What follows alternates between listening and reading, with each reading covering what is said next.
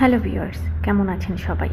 যাযাবর এক্সট্রিমের নতুন একটি ভিডিওতে আপনাদের স্বাগত।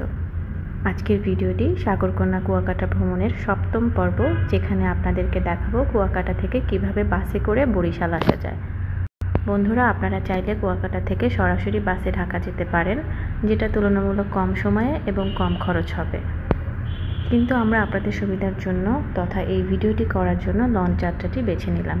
এছাড়াও আমাদের সঙ্গে 2 জন গেস্ট ছিল যারা লঞ্চের ভ্রমণ করেনি, যার কারণে আমরা কুয়াকাটা থেকে বাসে বরিশাল এবং বরিশাল থেকে সারা রাত লঞ্চ জার্নি করে ঢাকা পৌঁছাবো।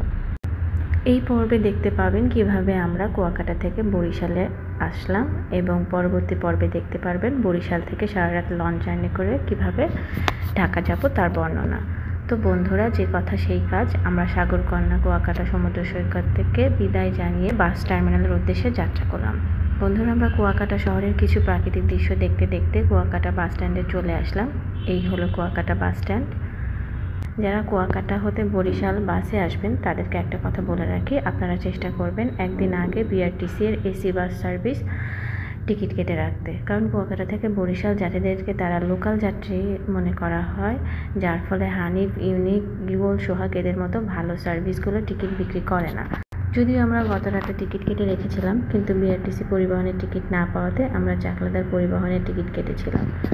বন্ধুরা, এই হলো বিআরটিসি বাস সার্ভিস এবং এই সাদা গাড়িটা হচ্ছে আমাদের আজকের পরিবহন। আমাদের গাড়ি ছিল 12:10-এ, তো সেই গাড়ি আসতে আসতে 1:20 আমরা বাসে উঠে বসলাম এবং বরিশালের উদ্দেশ্যে যাত্রা শুরু করলাম। কিছুক্ষণের মধ্যেই আমরা বরিশালবাসীর স্বপ্নের সেতু পায়রা সেতুতে চলে আসলাম।